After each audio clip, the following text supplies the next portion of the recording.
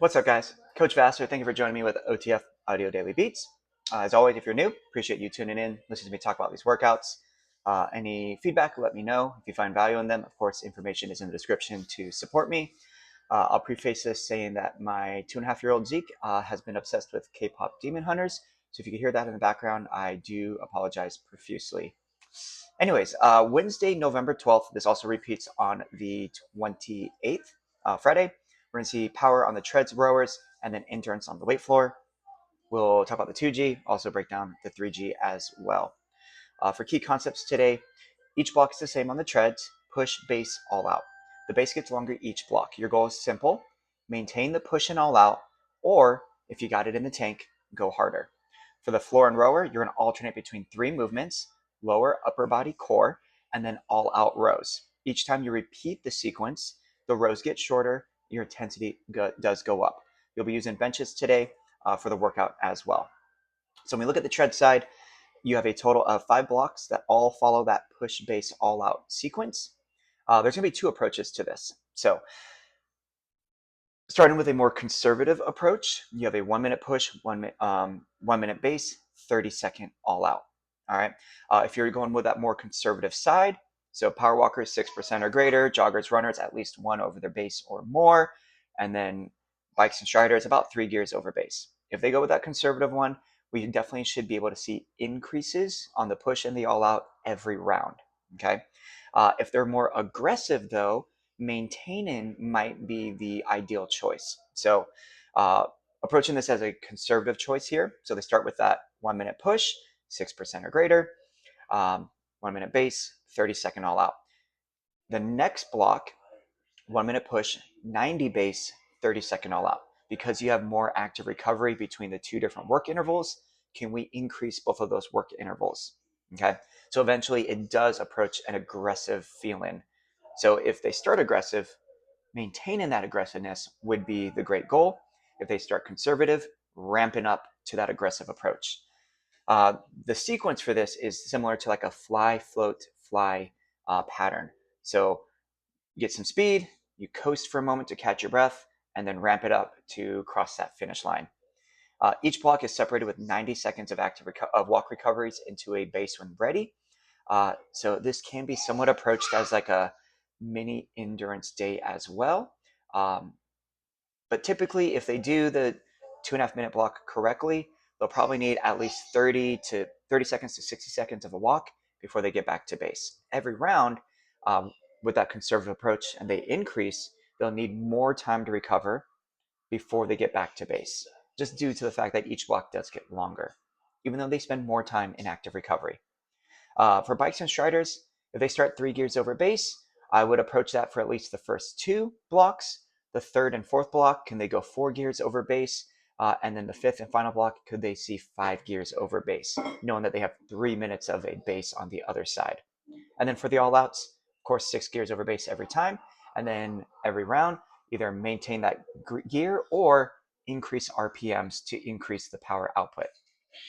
Say hi, Zeke. Hi. You got to wave to the camera. Any hoodle. Looking at the weight floor side.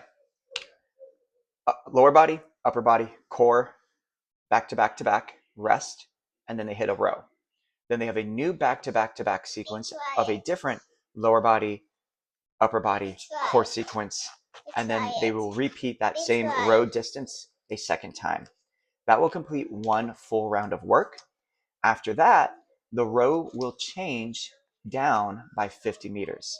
So for round 1, you'll see a 200-meter all out twice. And then for round 2, you'll see 150. And then round 3, it'll be 100 meters. Once they finish that, they will do the 6 movements as their bonus. The movements themselves, we're going to have goblet, sit to stand for 12 reps, followed by a bench bird dog low row for 12 on each side, and then the bench decline high plank alternating toe tap for 12 total reps. So a good little mechanics or mix up here between squatting, pulling, and then core work. And then in the second section, you're going to have alternating step out deadlifts. So hinge, single leg shoulder press, vertical press movement, and then torso rotation. So we had anti-rotation with that toe tap, and now we have forced rotation with the the second time. So a nice little full body sequence if people approach it right and they are, intentional with their movements. Knowing that they have a very high rep count overall, definitely going on that lighter side would be ideal. And then when we go for the all out, we're going to see that 200-meter row all out twice. No true call out on the goal for the row specifically, other than trying to make it to the bonus.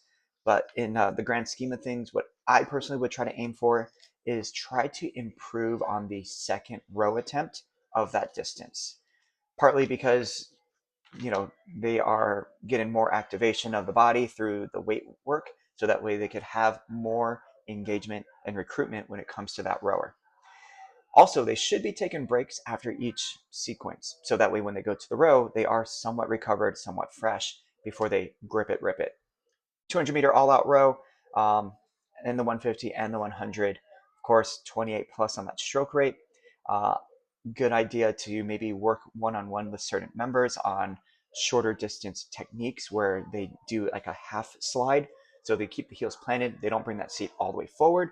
So just kind of load up and then explode and drive back, especially for that 150 and 100-meter row. That way they could work on getting to that higher stroke rate of like 45 plus without form breakdown. Now the finisher is a little bit different.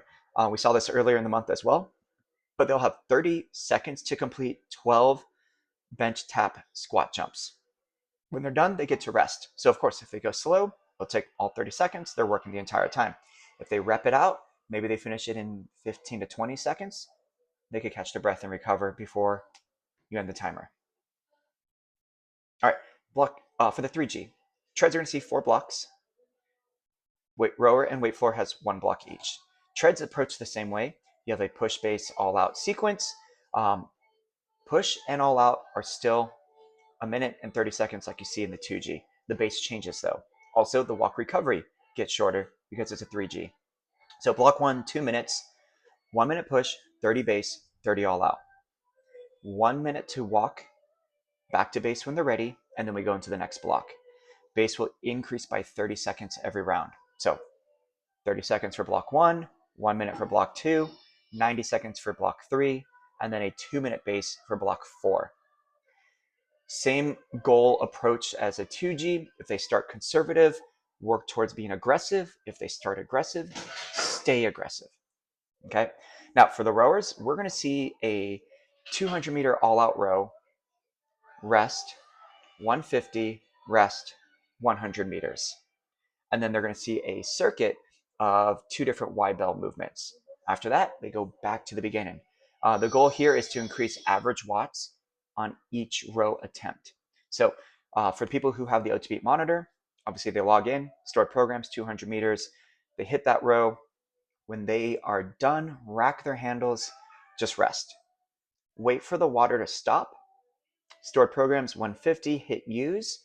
Now they'll get their information right below, and then they could have a intention of what they need to do. So they'll see the previous row information. They'll see their average watts. It's like the 3rd number in, 2nd to last. Every time that they drive back after the first 3 or 4 strokes, we want to try to make sure that their current watts from that pushback is either at or higher than the average to maintain or improve. Okay, shorter rows, more explosive. 3 rounds, right? So 200, 150, 100, and then they get off the saddle. We're going to see a squat to angled press with the calf raise. So Y bells here or the med ball. It's a full squat down. They'll stand up, go up to their tippy toes, and then press that weight at a 45-degree angle. Once the weight comes back to their chest, then they drop down to their heels. Then they squat down. They have 8 reps of that. And then we're going to have the alternating knee torso rotation. Left knee up, rotate towards that left side, put it back down, right knee up, twist to the right side, back down. Option here is to either take out the rotation if they have any lower back issues, so they can do a march in place where they work on hip stability, or if that's not going to happen today, then they can do a stand-in torso rotation, really slow and controlled, working on the engagement of the obliques. They'll finish up with a 30-second all out at the very end. Now for the weight floor, it is the 2G movements, but we're going to do 2 rounds of each back to back. So sit to stand, low row, tap squat, or toe tap, rest. Do those 3 again. Then we go into the deadlift, shoulder press, torso rotation. Rest, do it again for a second round, and then they'll do everything as one big block. If people rush through this, they'll get to that bonus probably like 7 minutes in, and then they're just going to be doing everything as one big sequence. So really emphasize, slower movements for that first round through, ideally between, you know, 12 squats, 24 rows, and 12 toe taps, 48 reps. Hopefully one round takes people about 2 to 3 minutes. At least take 1 to 2 minutes of rest, and then go into the second round. Okay, so that way hopefully each round plus rest takes around 4.5 minutes. So you got 4.5 minutes there, 9 minutes, 12.5, and they barely finish that second round of that second sequence. Hopefully, everyone has their own prerogative when it comes to the weight floor stuff. You will have people who just kind of blaze through it and they're at that bonus, and then they're doing all 6 as one big sequence and they're bored out of their mind. So if they can, go heavier, force that recovery, take that recovery. And then they have the same finisher, 12 reps of the bench tap squat jump, and they have 30 seconds to complete that. And when they are done, they catch their breath until you call time. And there you have it. So Wednesday, November 12th, repeats on Friday the 28th, day after Thanksgiving. Any feedback, let me know. Otherwise, coach it down.